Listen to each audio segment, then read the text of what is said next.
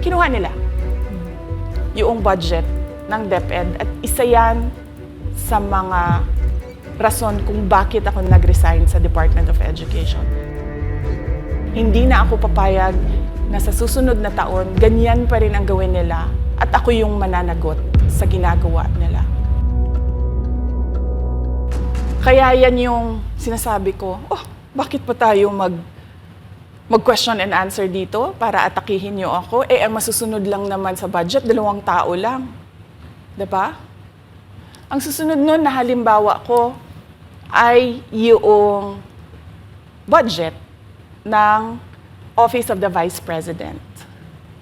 Kung makikita nyo, September 2023, merong lumabas na press release ang Makabayan Bloc. Sabi nila, may meeting kami with Congressman Martin Romualdez. Pinag-uusapan namin ang pagtanggal ng confidential funds. September yon. Pagkatapos noon, nagkwento sa akin ang isang congressman. Sabi niya, lumapit daw sa kanya si congressman ko at sinabihan siya na tatanggalin namin ang confidential funds ni Inday Sara. Hindi ba siya magagalit? Ang sagot naman sa kanya nung kaibigan ko na congressman, alam mo, si Inday Sara, walang pakialam sa pera yan. Magtatrabaho yan kahit anong budget. Alam niya yan. Dahil alam din niya, limitado ang pera ng gobyerno. Kaya magtatrabaho yan. Trabaho lang ang gusto niyan. Sinabihan siya. Inulit pa niya yung tanong. Tinanong niya yung congressman, sigurado ka ba na hindi magagalit si Inday Sara? Sabi niya, hindi. Kaya kung makita ninyo, doon sa budget hearing ng Office of the Vice President, ay dinefend namin ng maayos kung paano gagamitin ang confidential funds. Napapabilis ang trabaho, napapadali ang trabaho, dahil nakatarget yung mga proyekto.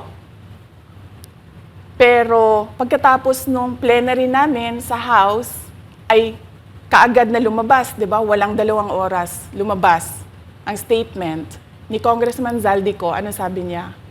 Unanimous decision ng party leaders under the leadership of Congressman Martin Romualdez, tatanggalin namin ang confidential funds. At para hindi halata na inaatake nila ako, ay tinanggalan din nila yung mga iba pang mga departments ng kanilang confidential funds. So nakikita nyo, bumulong ang Makabayan Bloc kay Martin Romualdez. At dahil sa kagustuhan ni Martin Romualdez na hindi siya atakihin, at dahil sa gusto niyang suportahan ang Makabayan at ang NPA, nakinig siya. At ang ginawa niya, tanggalin yung budget. Alam na nila kung anong gagawin nila bago pa kami pumunta sa plenary ng House. Hindi ko alam yon. Kasi nasabihan na lang ako nung kaibigan kong congressman pagkatapos na. Nung nakita ko na nagsabi si Zaldico, tanggalin niya ang confidential funds ng Office of the Vice President. So doon ko na lang naintindihan na aatake sila gamit ang confidential funds. Dahil sumunod nun, October, ay merong dated na October na audit memorandum ang Commission on Audit. Tapos meron silang October 3 na audit memorandum ang Commission on Audit. So sunod-sunod yun, nakita mo. Naglabas ng press release ang Makabayan, nag-defend kami ng budget namin, nagsalita si Zaldico, lumabas ang mga AOM ng COA, September, October. Kaya yan din yung rason. Nung nakita na namin at na-confirm namin doon sa audit memorandum ng COA na ito na yon, confirmation ng pag-atake. Kasi hindi pa kami confirm doon sa unang tanggalin namin yung confidential funds sa OVP. Ang confirmation namin, noong nagba-budget hearing sila, at doon sa budget hearing, tinatanong nila, may AOM na ba? May AOM na ba? At nakita namin lumabas na. Yun yung confirmation namin na ito yung pag-atake. Kaya nung fourth quarter ng 2023, hindi na ginamit ng Office of the Vice President at ng Department of Education ang confidential funds.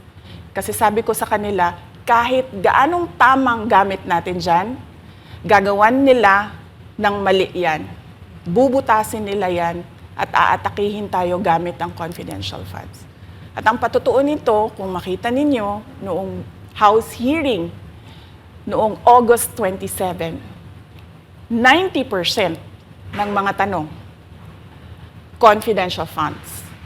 Kahit na 2024 at 2025, wala ng confidential funds ang Office of the Vice President. So yan yung explanation ko, mahabang explanation ko. Bakit pa tayo mag-question and answer? Para atakihin ninyo ako? Tapos, alam naman nating lahat. Congressman Zaldico, Congressman Martin Romualdez lang ang nagdidesisyon sa budget ng bayan. Madam Vice President, it seems that there's this great plan against you talaga to destroy you. And speaking of plan, kasi during the budget hearing po, may nagsabi kasi doon ng let's stick to our plan. And you also called that person po. Can you po share about this po? Ano ba tong plan talaga nila during this budget hearing? Oo.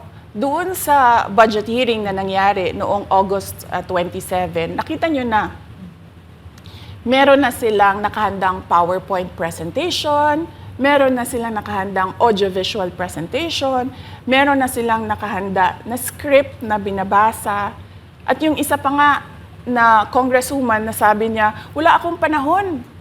Basta mahaba ito. Hindi ko mabasa letter per letter. Pero kung makita mo, may nakahanda siya ng mga sagot sa mga sinabi namin sa Commission on Audit. Legal points na sinabi namin sa Commission on Audit. Bakit napakadelikado ng ginagawa na kinukuha ang mga dokumento ng hindi tapos at hindi final na audit. So kung makita mo, ganun yun, nakahanda sila. Makikita natin na let's stick to our plan, atakihin natin ito siya.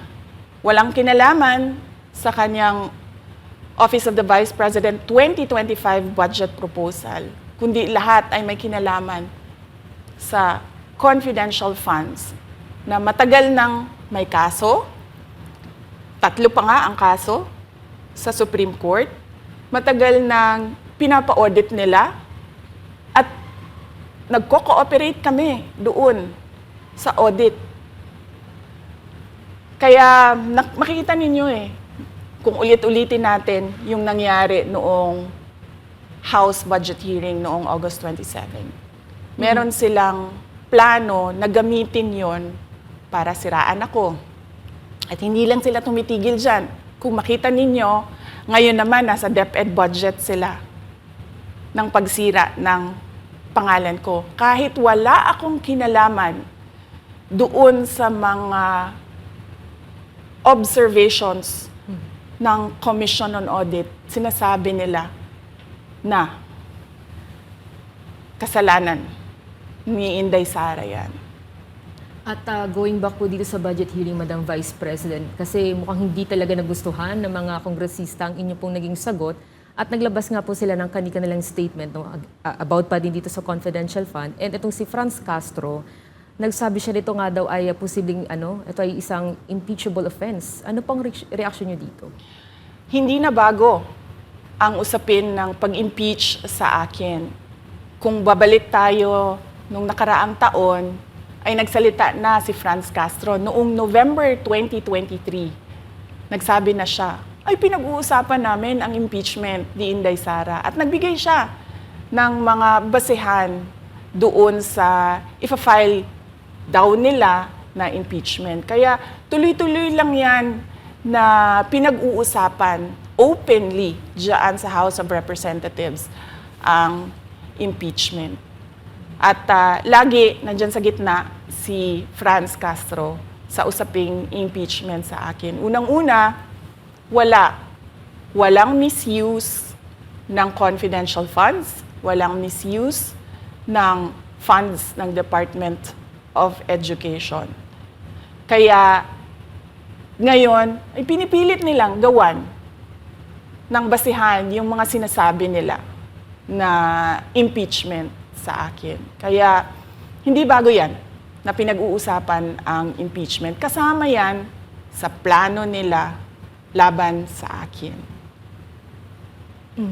Ma'am, regarding naman po dito, kasi isa sa plano daw po nila ay bigyan kayo ng 0 or 1 peso budget ang OVP po. Kung sakaling mangyari po ito, ano ang magiging hakbang po?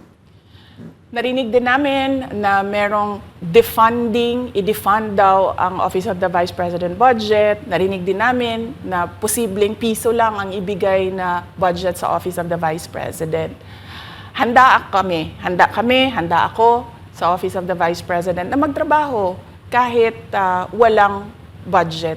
Maliit lang yung opisina namin, maliit lang yung operations namin, kaya kayang-kaya namin na magtrabaho kahit walang budget. Alam naman namin na kaparte yan ng pag-atake.